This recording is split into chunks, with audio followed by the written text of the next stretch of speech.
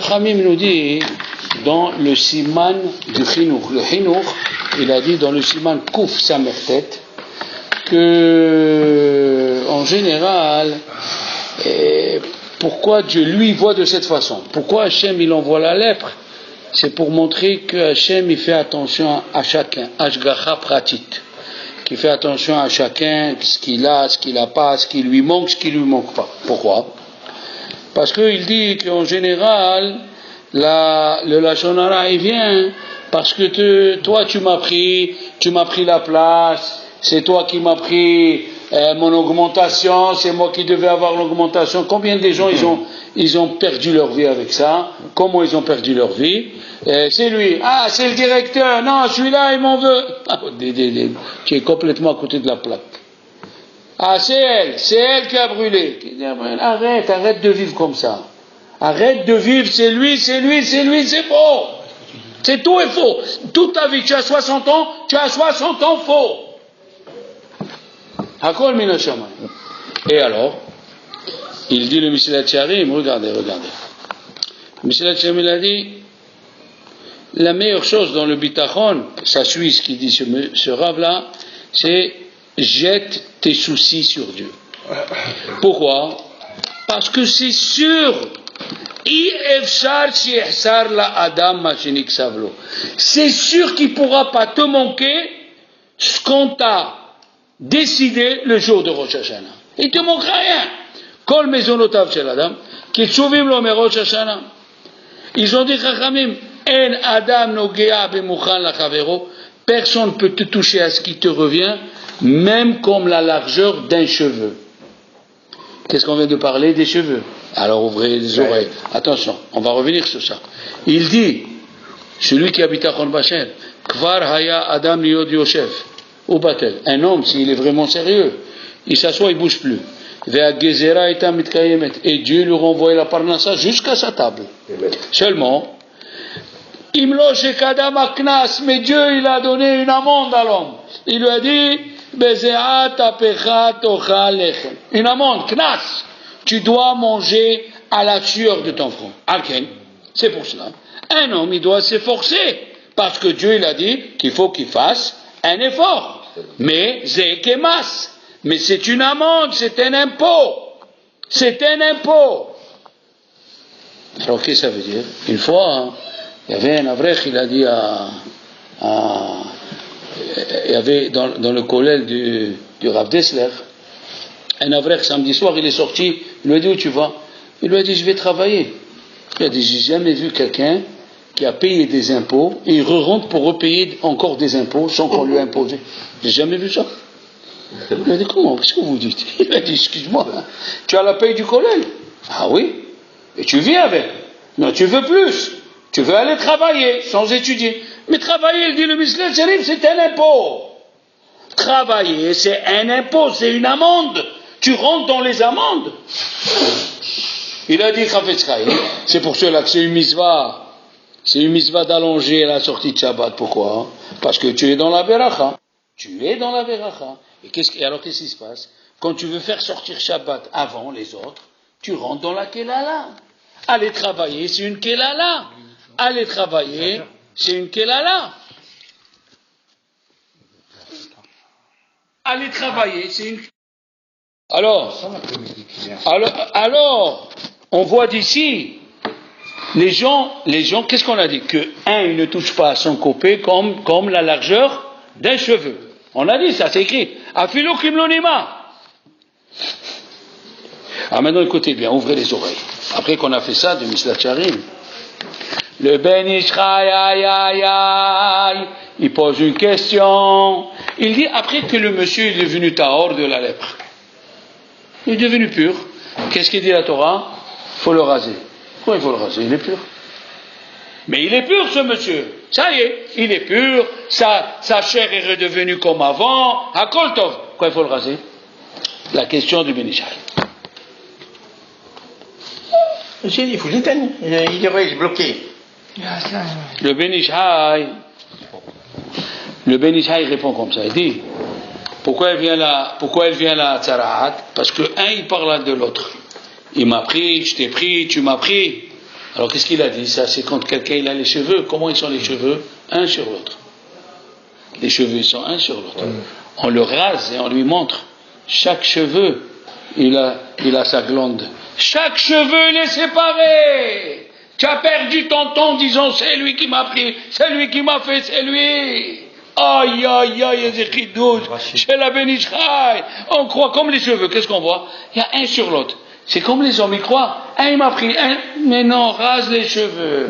Il y avait une fois un Cohen, il a dit à sa femme, je vais partir parce qu'il n'y a pas de parnassa ici. Alors le Midrash, il raconte, la femme, il lui a dit, comment il n'y a pas de parnassa? Ben oui, j'arrive plus à manger. Il lui a dit, mais toi, tu es Cohen. Et quand on rase le Metzora, tu le sais que chaque poil, il est différent, il a où il prend dans la glande de ses baumes. Il lui a dit oui. Il lui a dit alors je voyage pas, je reste. De là on apprend, Rabotai, personne il nous prend rien. Personne il nous donne rien. Je répète, personne il nous prend et personne il nous donne.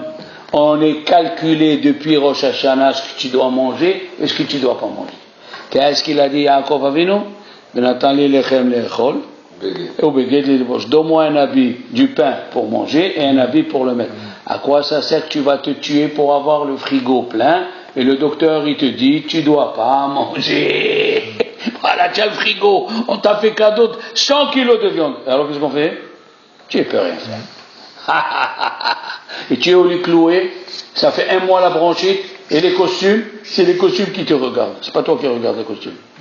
Eh oui, il y avait le Beth Alevi, alors Shalom, Rabbi Haïm Alevi, il avait sur la table de la salle à manger où il étudiait une petite caisse où il y avait, enfin, petite caisse, une petite pot où il y avait, pas un pot, comment, une petite boîte, exactement. Une boîte où il y avait le tabac.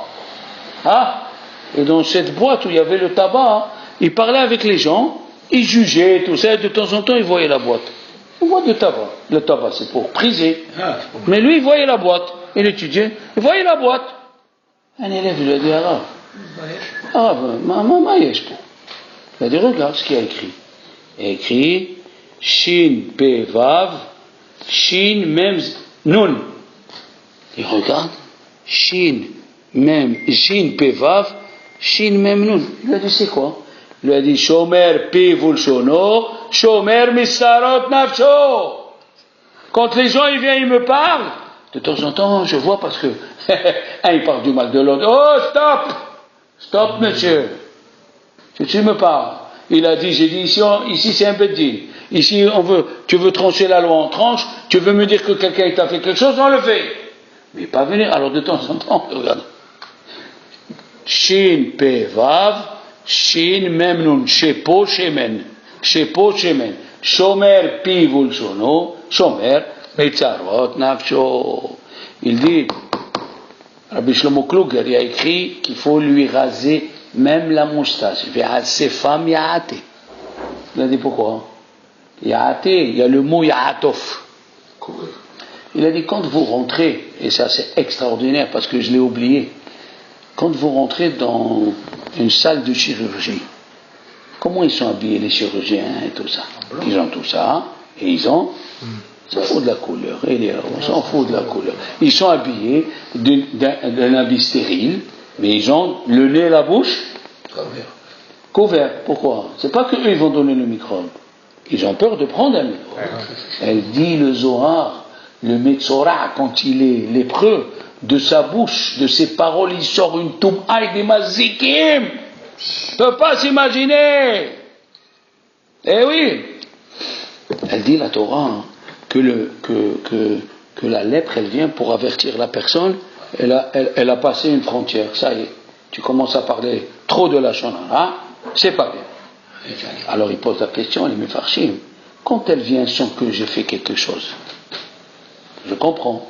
Mais la Torah nous dit, même si quelqu'un il a un coup, il a reçu un coup, et en recevant le coup, sa main elle a grossi, et c'est devenu de la lèpre.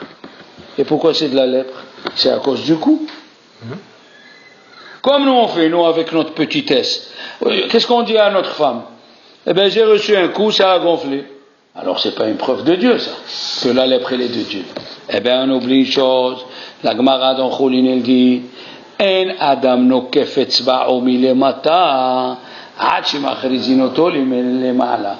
Aucune personne ne se blesse le petit doigt jusqu'à qu'on a décidé là-haut qu'il doit se blesser. Ne dis pas, j'ai pas vu. C'est décidé là-haut, monsieur. C'est pas que tu as pas vu, tu as renversé le café. C'était décidé là-haut que tu dois faire tomber le café.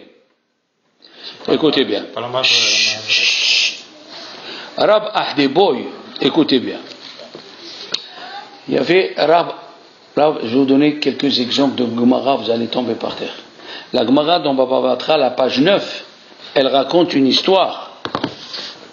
Rav Sheshat, il a demandé à Rab Ahdeboy, il lui a dit, je peux te poser une question? Il lui a dit oui.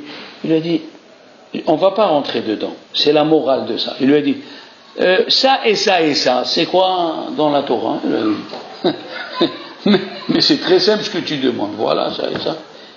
Il lui a posé 4 questions, et chaque question qu'il lui posait, il lui dit, excuse-moi, c'est très simple, ça et ça. Il lui a répondu à la 5e question, il lui a répondu en rigolant. Rav Sheshat, il s'est vexé, qu'est-ce qu'elle dit la Gemara? Rab Ahdeboy, il est devenu muet et il a oublié toute son étude. Tu fais de la peine à quelqu'un. Il vient étudier avec toi. Tu crois que tu es dépositaire de la Torah? Tu n'es qu'un transmetteur. Alors si tu es un transmetteur, pourquoi tu rigoles de celui qui te pose la question? Qu'est-ce qu'elle dit la Gemara? Elle est venue la mère de Rav Sheshat. Elle lui a dit, je t'en prie, pardonne-lui. Il ne voulait pas répondre. Il ne voulait pas lui pardonner. Elle a sorti sa poitrine au Beth Midrash. Elle lui a dit, pardonne-lui pour ces 5 que tu as bu le lait. Ah, il a pardonné, Rav Sheshat. Sinon, c'était sûr que Rab Ahdeboy, c'était la mort assurée. Il lui a répondu en rigolant. Regarde dans quel degré ils étaient. C'est comme si tu me dis, dis-moi, il y a un passouk dans la Torah. Ah, William, c'est écrit là. Non, ne me réponds pas comme si tu te moques de moi parce que je ne le sais pas. Tu me dis, regarde, William, c'est écrit dans cette paracha ceci et ceci. Sérieux, tu n'es qu'un transmetteur, tu n'es pas dépositaire de la Torah. Regardez la 2e histoire. Dans Baba Batra, Dafnoun Aleph, alors celle-là, elle est encore. Rav Dimi, il est venu avec des figues.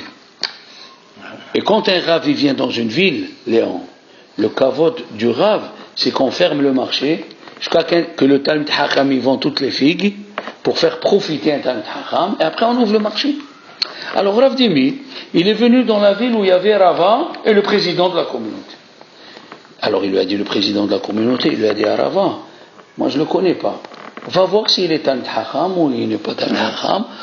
On lui réserve le marché pour lui, jusqu'à qu'il vend tout. Atchma. Qu'est-ce qu'il a fait Rava? Il a dit, moi je suis occupé. Il a dit à son élève, Rav Adda bar Abba. Oui, il lui a dit à son élève, Rav Abba bar Adda. Il lui a dit, pas toi, regarde Saint Al-Hacham. Alors il vient. Maintenant, Rav Dimi qui est venu, il ne sait pas où il est Rava. Il vient Rav Adda bar Abba et lui dit, excuse-moi, je peux te poser une question? Il lui a dit oui.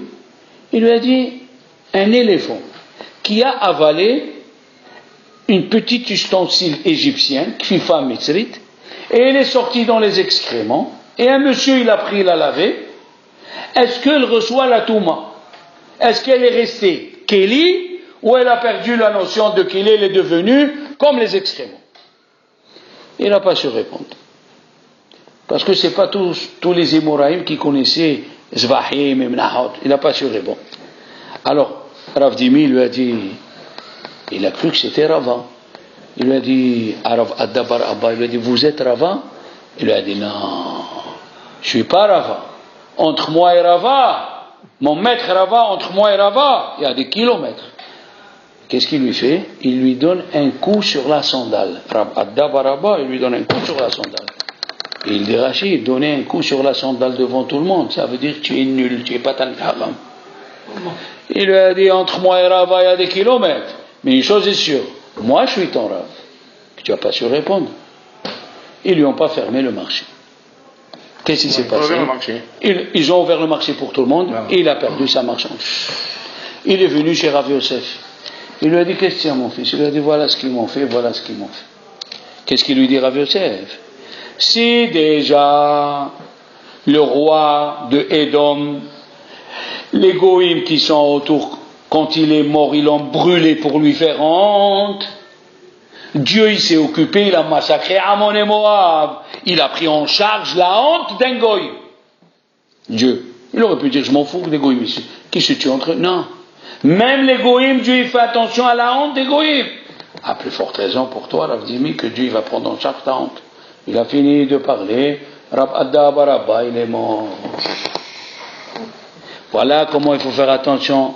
Oui, les enfants, oui, on ne peut pas parler comme on veut, on ne peut pas faire ce qu'on veut, tout il est calculé. La Gemara dans Zebahim, dans Samechet, il y avait Rabbi Tarfon et Rabbi Akiva, ils étaient assis, et Rabbi Tarfon, il a posé une question. Très simple, qu'on peut comprendre. Il a dit pourquoi, si un Kohen, ou le Kohen Gadol, il amène le Omer avant le 15. Avant le 15 Nissan, il a pris l'orge, il a sacrifié, c'est pas saoul. Mais si le Kohen Gadol, il a amené les 2 pains qu'on amène à Shavuot, c'était à Lehem. 2 pains qu'on amène à Shavuot, qu'est-ce qu'il les a fait? Il les a amenés avant, c'est-à-dire entre Pesach et Shavuot. Il a choisi un jour, il a sacrifié les 2 pains, c'est caché. Voilà la question de Rabbi Tarfon. Rabbi Akiva, il ne savait pas répondre, et il y avait Rabbi Meir, personne. Il y a un élève, il s'appelle Rabbi Yehuda ben Yirmiyah. Il a dit, Arabe, j'ai la réponse. Il lui a dit, quelqu'un qui veut amener le Omer avant Pesach, pourquoi c'est pas saoul? Parce que personne ne mange le pain. Personne ne mange le Omer. Personne, ni les Kohanim, ni les Juifs. Mais entre Pesach et Shavuot, nous les Juifs, on mange le blé. Puisqu'on mange le blé, si quelqu'un il a amené du pain, du blé avant Shavuot, c'est caché. Qu'est-ce qui s'est passé? Sahavou Panav. La Gemara elle dit, cet élève qui a répondu, il était content. Il lui a dit, Rabbi Akiva, tu as fait honte au Rosh Yeshiva. Tu as fait honte au Rosh Yeshiva. Tu es là debout et tu fais comme on dit en marseillais, tu fais le fanfaron. Ça va m'étonner ce qui va t'arriver.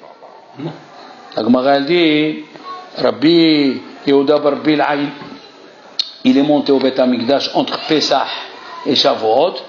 Ils lui ont dit que Rabbi Yehuda bar Yirmiyah, il est mort. Alors ils m'ont dit les élèves, et alors qu'est-ce qu'il fallait faire? Qu'est-ce qu'il fallait faire? Il fallait répondre, il fallait dire, Rav, est-ce que cette réponse elle est valable? Avec modestie. Comme ça il faut faire. Tu es debout devant un Rosh Yeshiva. On t'autorise à parler. Quoi? Voilà. Quoi? Parce que tu as une réponse, tu fais le cocorico. Même ça, c'est un manque de respect. Même ça, c'est un manque de respect. Il faut savoir comment parler. Oui. La Gemara dit, tu fais pleurer ta femme, la parnassa elle s'en va. Il n'y a pas. Et comment on fait? Sors de la maison. Ne le fais pas pleurer. Dis matin, il faut essayer de tourner le verbe et de chercher d'aller à 100 km. Comment lui parler? Tu lui fais de la peine, la parnassa elle s'en va. C'est comme ça, il n'y a pas, c'est comme ça. Dieu il a créé la femme faible, elle se vexe vite, il vaut mieux ne pas répondre. Tu as raison, tu as raison. Après fais ce que tu as à faire.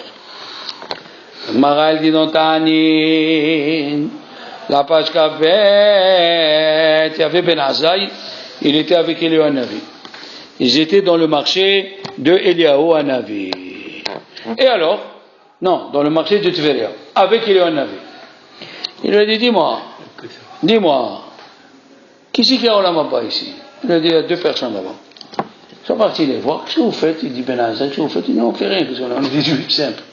Il a dit, je suis Ben Azaï. Il a dit, nous, mon copain et moi, hein, quand on voit quelqu'un qui a de la peine, qui est dans leurs mains, on lui remonte le moral.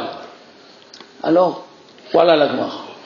Alors les gens, ils demandent la question, mais alors, grâce à quoi ils ont Olam Haba? C'est quoi? Parce qu'ils racontent des blagues et tout.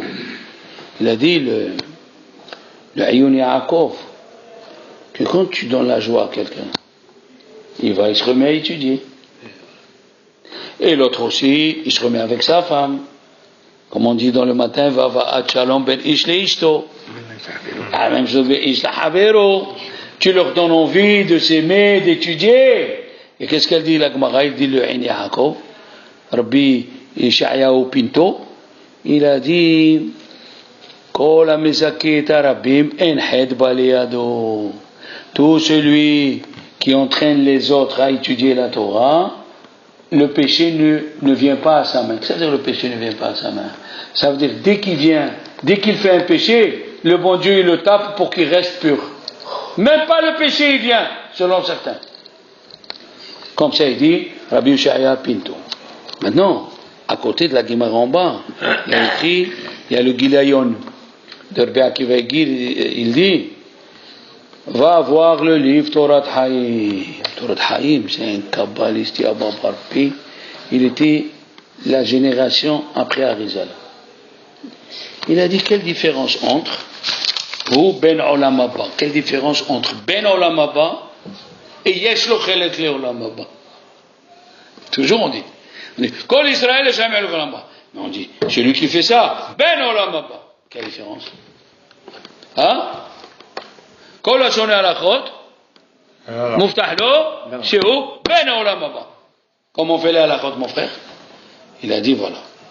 Il a dit quand on dit Kol Israël Shamel Olam Haba, mais il doit passer à Guinam, il doit passer Hibutak Kever, il doit passer quand dans la tombe les vermines viennent le piquer.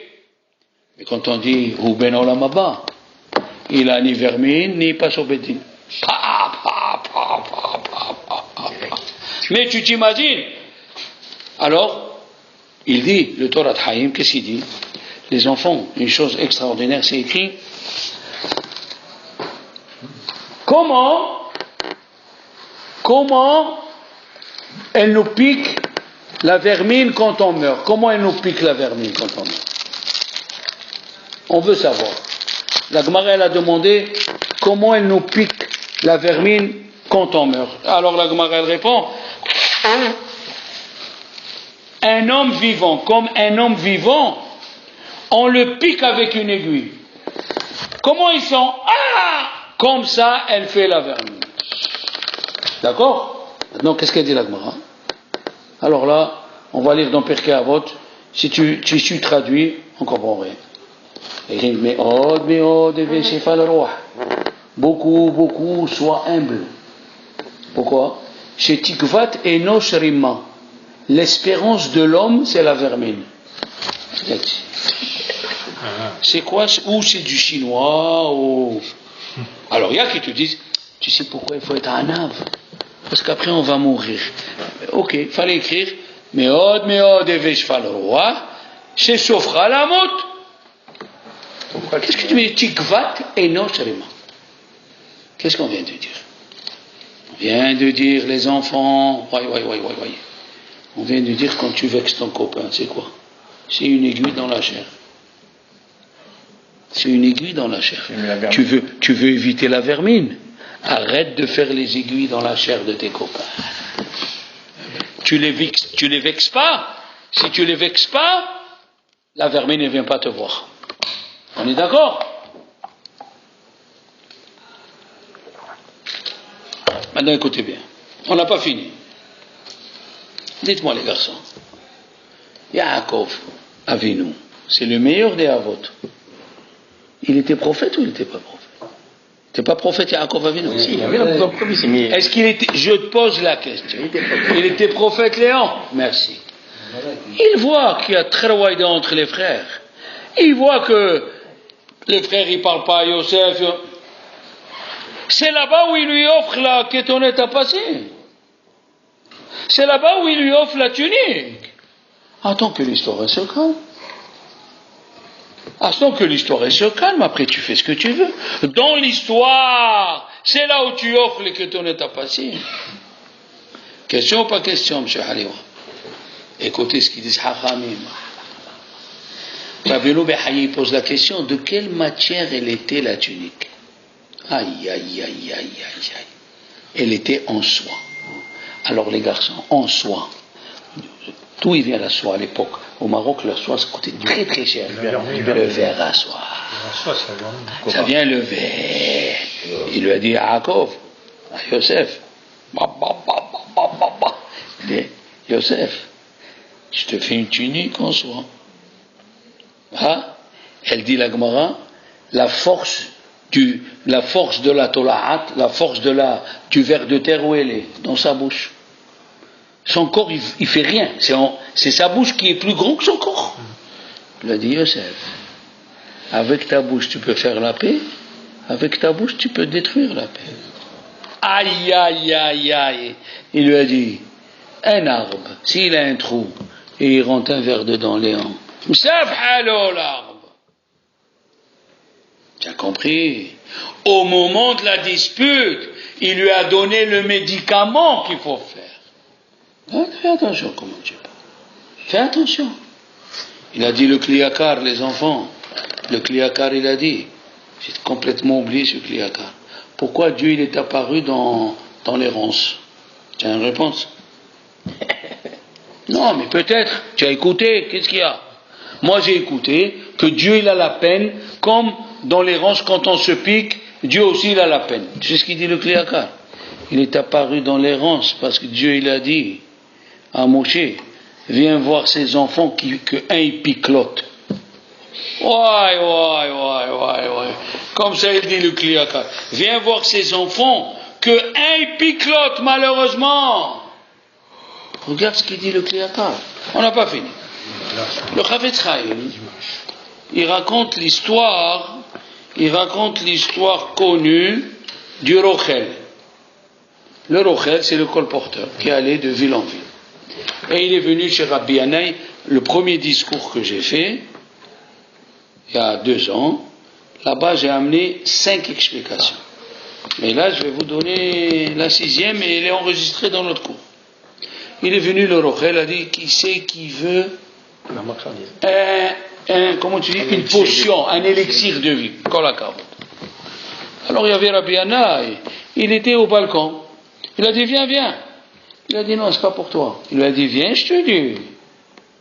Il a cru que c'était Léon qui dit, je te prends. Lui, viens, je te dis. Il est venu, Léon, avec le livre de Tehillim. Il lui a dit, regarde, c'est écrit, Mia Isha Hafetz Chaim, Ohev Yamim Niroto. Dieu. Il a dit, Rabbi Yanaï, il a dit, toute ma vie j'ai lu ce verset, je ne savais pas. Comment c'était simple. Voilà le Midrash. Et tout le monde amène des questions. D'abord, pourquoi on nous dit que le Rochel, il était à Tzipori? Tzipori, ça nous rappelle quelque chose. Qu'est-ce qu'il amène le lépreux? Les Tzipori. Ça nous rappelle quelque chose. Alors, il a commencé à dire, pourquoi c'est écrit le Rochel? Pourquoi c'est écrit un colporteur? Il dit Chafetz Chaim. Et le Maggid Midouvna, ils disent pareil. Quelle est la seule personne au monde où tu ne peux pas faire crédit? C'est le colporteur. Tu ne peux pas, il va de ville en ville. Quand est-ce qu'il va te revoir? Il fait le tour du monde. Ça veut dire, ils disent les Chachamim, le Maggid Midouvna et le Chafetz Chaim, il dit, tu veux vivre, tu as la récompense ici, comme ça dit le Chafetz Chaim, tu n'as pas besoin d'aller à Olam Haba. Si on sait que tu fermes ta bouche, Yoshev Beseter, si tu sais t'asseoir en se terre, Elion, ici tu vis bien. Oui, le Maggid Midouvna il dit, c'est Dieu qui est venu nous dire que dans les punitions, Dieu, il donne le temps à l'homme de faire tchouva, sauf à la shonara. Alamakom. Mais, qu'est-ce qu'il lui a appris à Rabbi Yanaï qui a dit qu'il ne savait pas? Alors, il y a plusieurs cours où j'ai parlé les cinq explications. Mais le Maggid Midouvna, il a amené une explication. Eliyahu, Asniadaba, du miel. Il a dit un cardiaque. Un homme cardiaque, nerveux, il s'énerve surtout. Cardiaque. Il va chez le cardiologue. En Israël, prenons en Israël. Un homme cardiaque avec la kippa, il va chez le cardiologue religieux. Il s'assoit. Qu'est-ce qu'il lui fait le cardiologue? Il lui dit, tu sais, ils ont dit Chachamim que celui qui s'énerve, qu'il obède à Avodah Zarah. Parce qu'il croit que c'est celui-là qui lui a fait, c'est ça Avodah Zarah. Quand tu dis pas que c'est Dieu, tu dis que c'est lui, c'est ça Avodah Zarah. Après il lui dit, tu sais, c'est écrit dans la Gemara de Sanhedrin, tout celui qui s'énerve, Kol mine geinam sholtibo. Il a commencé à lui faire le moussard, il lui dit, excusez-moi, monsieur le docteur, je suis venu me soigner, tu me donnes un comprimé, tu me donnes des gélules. Le moussard, c'est pas venu chez toi pour le moussard, tu as écrit cardiologue. Il lui a dit, tu te trompes. Ce que je te dis, ça sauve plus que le comprimé et tout ce que je te dis, et tout ce que je vais te donner. Si tu apprends à te calmer, il t'arrivera rien. Ce que je vais te donner, les médicaments, ils soignent une chose, ils détruisent une autre. Mais tu apprends à te calmer, à rester serein. Serein. Ta femme, elle crie. Eh ouais, tu le sais, la Gemara, elle a dit, Pe'itada. Une femme, elle aime crier. Alors, si elle aime crier, elle se dégage. Laisse-la. Pe'itada. Tu veux vivre bien? Non. Tu veux faire le commandant. Je t'ai dit ici et pas ici. Tu l'as mis ici, tu jettes la bouteille. Alors que tu fais une crise. Allez, les stars, les comprimés, les machins. À la fin, ta femme elle a rien et toi tu es dans l'azur. Alors il lui a dit le Rabbi Anaï, il a cru que Mia Ish Chafetz Chaim, c'était pas un médicament naturel, c'était un médicament de refoua, un médicament pour soigner. Il lui a dit non, pour vous les rabbins, c'est tivéi, c'est naturel, vous êtes toujours calme. Vous dites tous les jours, Hakol b'yedei shamayim, chot merat shamayim, tout vient du ciel, sauf la crainte du ciel. Alors, vous vivez avec la Emouna. Alors si vous vivez avec la Emouna, c'est pas pour vous ce verset. C'est pas pour vous ce verset. Comme ça, ils disent, le Mesilat Yesharim, dans le Chafetz Chaim plutôt, et le Magid Mituvna. D'accord? Maintenant, à la fin de la Hamida, on dit Nesor leshoncha mera. Garde ta bouche du mal. Pourquoi c'est pas écrit Shemor leshoncha? Ça, c'est une chose. Il a dit, le grand de Vilna, celui qui a envie de dire la Shonara et il se tait, il aura le mérite de voir une lumière à Olam Haba que même les anges ne le voient pas. C'est la différence entre Shamor et Netzor. Netzor, on le dit quand tu as un trésor. Otsar. Shamor, c'est pas quand tu as. Alors, quand tu arrives à te taire et tu gardes en toi, qui c'est qui nous a appris la première à se taire? Rachel et Meno. À se taire malgré ce que tu sens à l'intérieur. Sache que c'est quelque chose que Dieu y prépare pour tes enfants, tes petits-enfants. Je vous ai raconté l'histoire de Rabbi Chaim Kanievski Shalita. Une histoire fantastique. Un monsieur il est venu le voir, il a 60 ans. Il a dit voilà, ils ont découvert la maladie et je suis obligé. Je vais aller à Méron, à Rabbi Simon, prier. Est-ce que vous pouvez prier pour moi? Je vous l'ai raconté. Hazak. Alors on le répète. C'est bien de répéter. Qu'est-ce qu'il lui a dit? Il lui dit, Rabbi Chaim Kanievski Shalita, que Dieu lui donne l'envie, il lui a dit, il y a 40 ans je t'ai marié. Il lui a dit alors, va me chercher le sidour de ta femme. Le sidour de ma femme? Oui. Il est parti, il l'a amené. Il lui a dit, regarde, il y a 40 ans, le jour du mariage, ton père il a fait honte à ta femme. Il a dit, c'est quoi cette cale-là, c'est quoi? Et elle s'est mise à pleurer. Elle a dit, je ne lui fais pas mechila, ni dans ce monde, ni dans l'autre monde. Et Rav Chaim Kanievski, il a commencé à lui parler, arrête, fais mechila, arrête, fais mechila. Jusqu'à qu'elle a dit, bon, je fais mechila, elle a dit non. Il y a qui disent qu'il a écrit dans le Sidour, il y a qui disent qu'elle a écrit dans un papier. Il lui a dit, écrit dans le papier, j'ai fait mechila à mon beau-père. Elle l'a mis dans le Sidour. Et l'autre, le mari, l'a oublié. Il est parti, il a cherché, il lui a dit voilà le papier. ta femme, elle a pardonné à ton père, elle a subi une honte, c'est une mort, une honte. Et elle a fait Mechila. Alors tu vas Rabbi Shimon, tu poses, tu lui dis voilà, ma femme, elle a subi une mort pour moi, pour se marier avec moi. Alors Rabbi Shimon va chez le bon Dieu, dis-lui qu'il m'enlève la mort pour me donner la vie par rapport à ma femme. Il est revenu vivant, il n'avait plus rien. Donc tout ce qui nous arrive, tout ce on entend, ça nous concerne. Ça nous concerne les enfants. Vous savez qu'est-ce qu'on prie le mercredi? Le mercredi, Anshe Ma'amad dans la Gemara de Ta'anit, il priait que la maladie Askera ne vient pas chez les enfants. Grave. Pourquoi? Il dit le Da'at Zekeni mais Ba'ale Atosfot. Parce que le mercredi, la lune, elle a parlé la Shonara du soleil. Et qu'est-ce qu'elle dit la Gemara dans la page 31?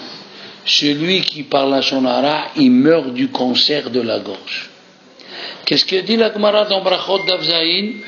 Il y a 900 et quelques sortes de morts. La plus grave, c'est le cancer de la gorge. Vous écoutez ça? Et le mercredi, comme la lune elle a parlé du soleil sans la permission, elle a parlé les Shem Shamaïm, elle a dit deux soleils ne peuvent pas vivre ensemble. Elle a parlé les Shem Shamaïm pour faire plaisir à Dieu. Elle a dit non, il y a écrit Yehi Me'orot. Me'orot, il manque un vaf. C'est Me'era, c'est malédiction. Comme ça il dit, c'est pour ça que le mercredi on parle et on prie que Dieu il sauve les enfants. Qu'est-ce qu'ils vont faire les enfants? Il a dit le Maharal de Prague, il a dit le Maharal de Prague, c'est qui les enfants de la personne? C'est sa parole. Donc, quand tu parles à quelqu'un, c'est tes enfants. Et quand la personne se conduit mal, dans le Lachon Hara, ça atteint les enfants. Qu'est-ce qu'on fait le 4e jour? On prie pour les luminaires et que Dieu il n'amène pas le cancer de la gorge aux enfants. Tellement le Lachon Hara il est grave. Tellement le Lachon Hara il est grave. Alors mes amis, nous avons compris, j'espère qu'au moins pendant une semaine on ne va pas parler de Lachon Hara. Après une semaine on verra.